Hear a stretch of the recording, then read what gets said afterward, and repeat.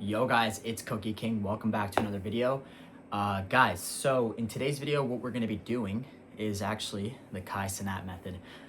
So if you guys, I'm pretty sure everyone has seen him doing the reading every single day.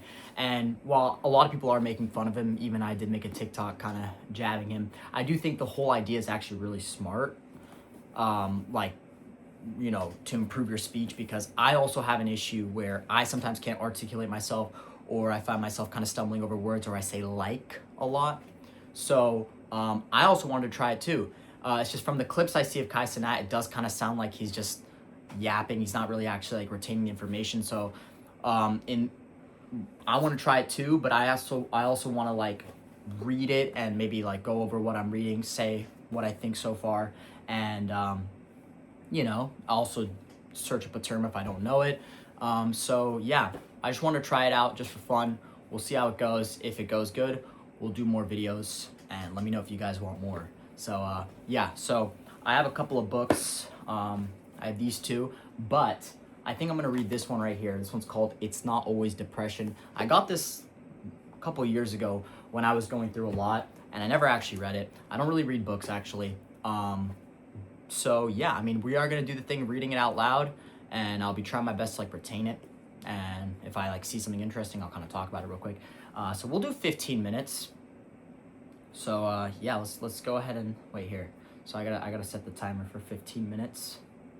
And yeah, let's go ahead. Ready? That's 15 minutes right there. Let's start it. Alrighty.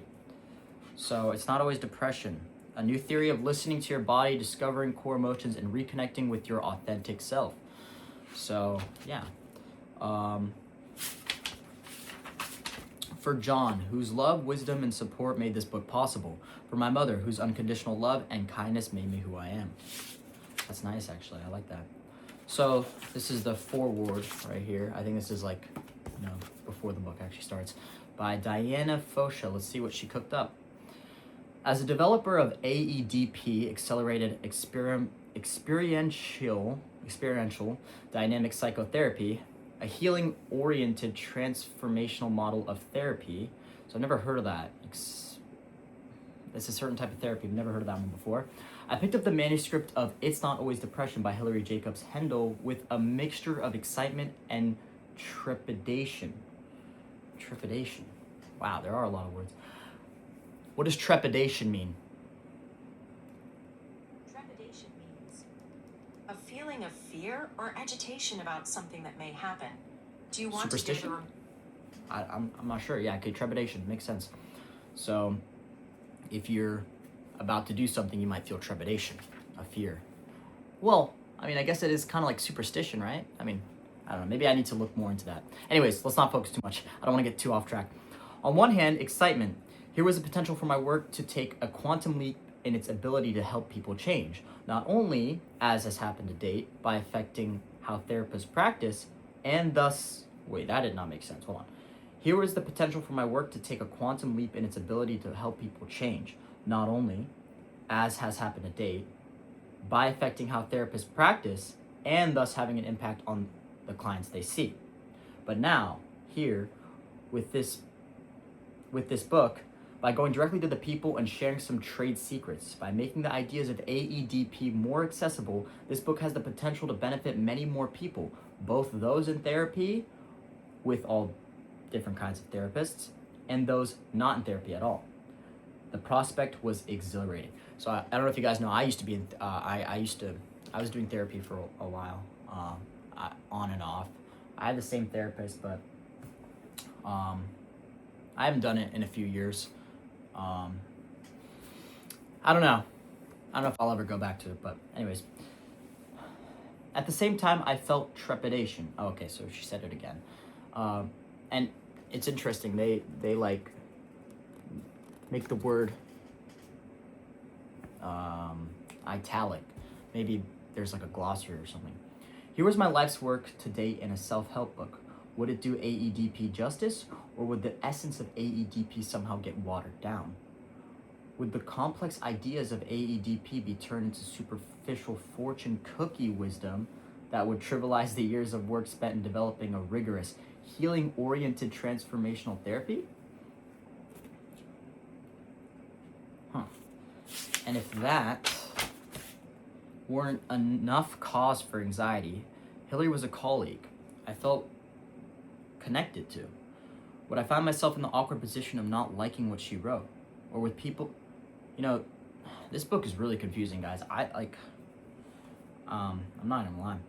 Would I find myself in the awkward position of not liking what she wrote? Or with people's understanding of AEDP now out of my hands, would I have to live with an account of it that felt wrong or off? I already felt some significant safety. Not only did I know Hillary Jacobs Hendel as a person of substance and a wonderful clinician to boot, I had also been truly wowed by 2 pieces she wrote for the New York Times about AEDP practice. Those short, simple articles had showcased her enviable gift of capturing essence while writing simply and accessibly. As I began reading the manuscript, my breathing started to settle. My body relaxed and my mind became engaged. What was I reading? Whoa, jeez, man. What I was reading was apt and accurate.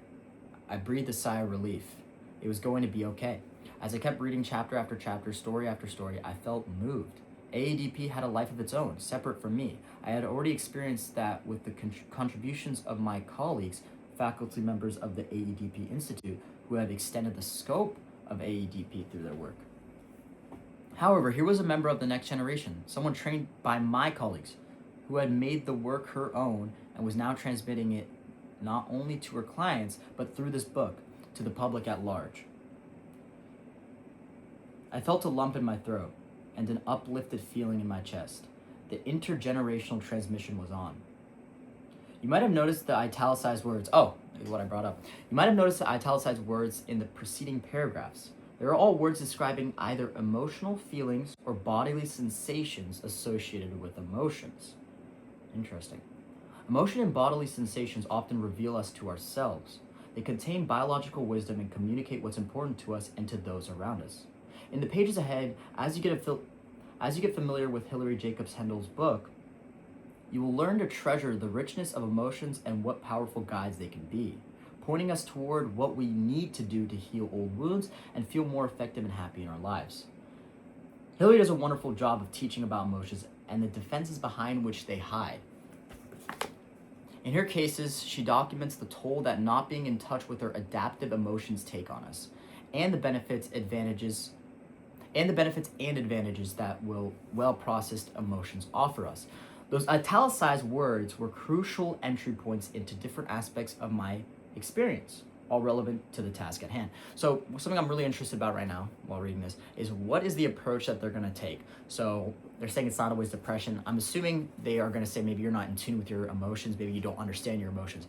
I'm curious what is the science that they're going to try and tell us. And AEDP, I don't think they've really explained it so far, or maybe I'm misinterpreting it. But anyways, let's just keep reading this. We have a saying in AEDP, make the implicit explicit and make the explicit experiential. That is a confusing sentence. In this foreword, I will make the implicit explicit and tell you about the basic AEDP principles that come to life in Hillary's clinical work. Okay. I hope to tell you enough about AEDP that you can understand the principles that underlie what you are about to experience. So here goes making the implicit explicit with respect to some fundamental AEDP principles. All right. Healing from the get-go. Transformance as the drive to heal. The first core idea that animates AEDP is that healing is not just a desired outcome of treatment, okay? It is a potential that is there from the start. I believe that. I mean, usually the times that I was really depressed or I felt really down, I always felt that there, of course, is hope, right? We are wired to heal, to right ourselves, to grow and transform. This is not just a metaphor, a way of speaking. It is what neuroplasticity is about. When we feel safe or safe enough, the drive to heal comes to the fore. Unlike most therapies that focus on psychopathology, AEDP doesn't focus on what's wrong, it focuses on what's right. Okay, that's actually interesting. AEDP therapists are always on the lookout for this drive to heal, for which we have a special name, transformance. I feel like I've heard that before, actually. This is how I describe transformance. the motivating force of therapy. All right, here's how she describes it. People have a fundamental need for transformation. We are wired for growth and healing, and we are wired for self-righting and resuming impeded growth. We have a need for the expansion and liberation of the self, the letting down of defensive barriers, and the dismantling of the false self. We are shaped by a deep desire to be known, seen, and recognized as we strive to come in contact with parts of ourselves that are frozen. That's actually, yeah, I like that. I like that.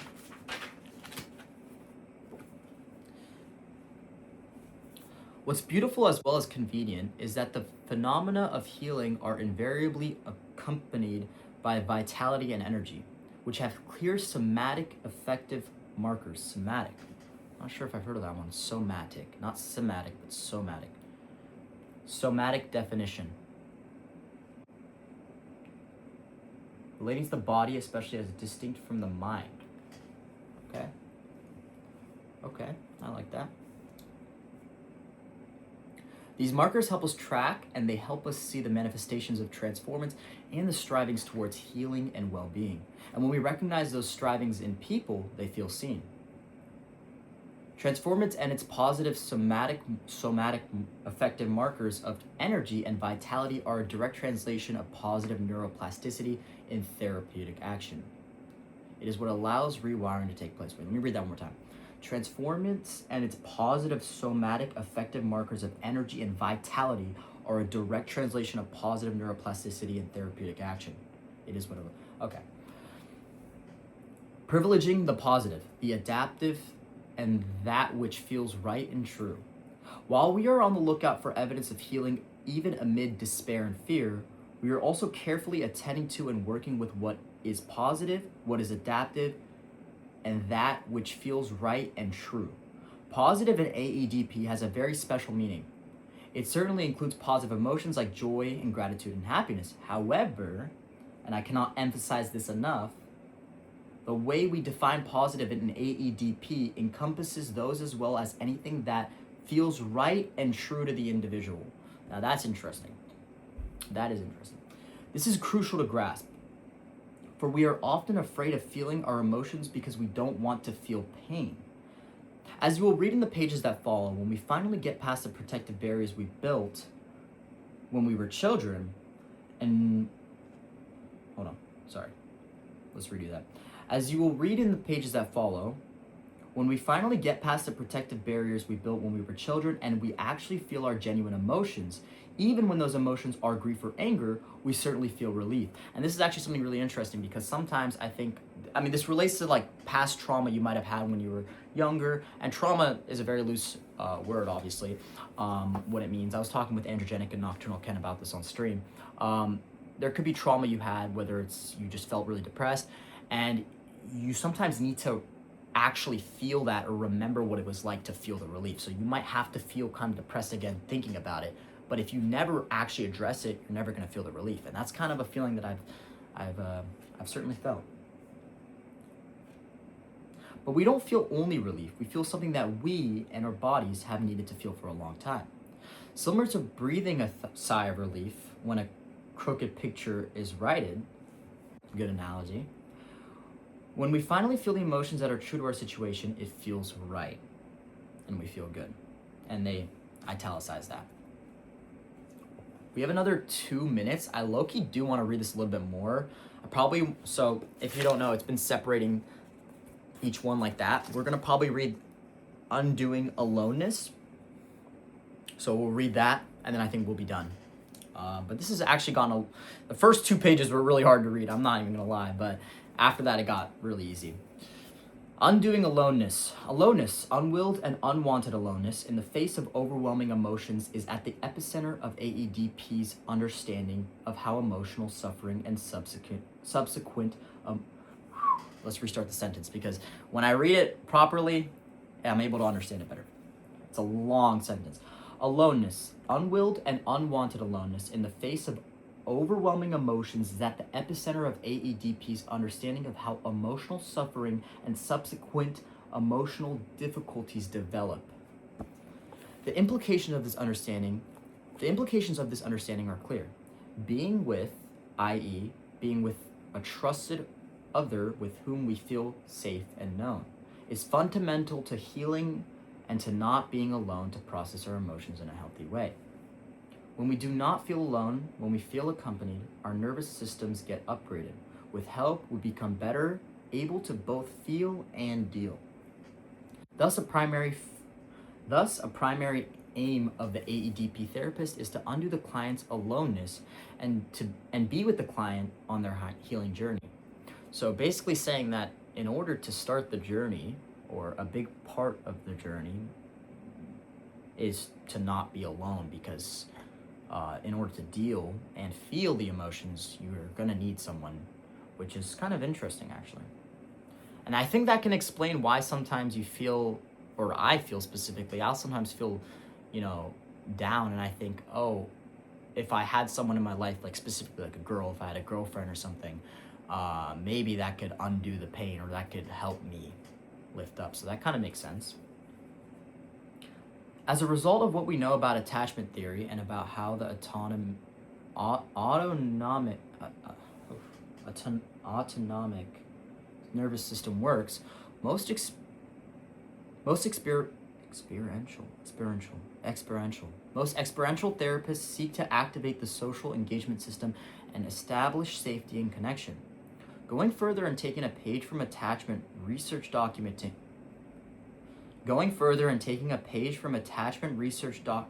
Oh, that's 15 minutes right there. Well, we're almost done with this little section, so let's just finish this up. Going further and taking a page from attachment research documenting how parents who raise resilient children behave, AEDP therapists led with empathy, care, concern, validation, and authentic emotional presence. It is this that allows the work with emotions to be effective. As the saying goes, not only are two heads better than one, so are two psyches, and so are two hearts. What's too overwhelming to deal with alone becomes much more manageable when we're in it together with a caring other. Undoing aloneness is the sine qua non of AEDP therapy. It underlies all the work with emotions that Hillary's work exemplifies so beautifully. So that's that section done. So the only issue I have with that is that, undoing aloneness, or it's hard to feel connected to a new person sometimes, because I'm assuming they mean, or what they're talking about is that the connection is going to be between the therapist and the patient. I've heard mixed things about therapy, and I have my own mixed, beliefs from anecdotal stuff. But, I don't know. Oh well.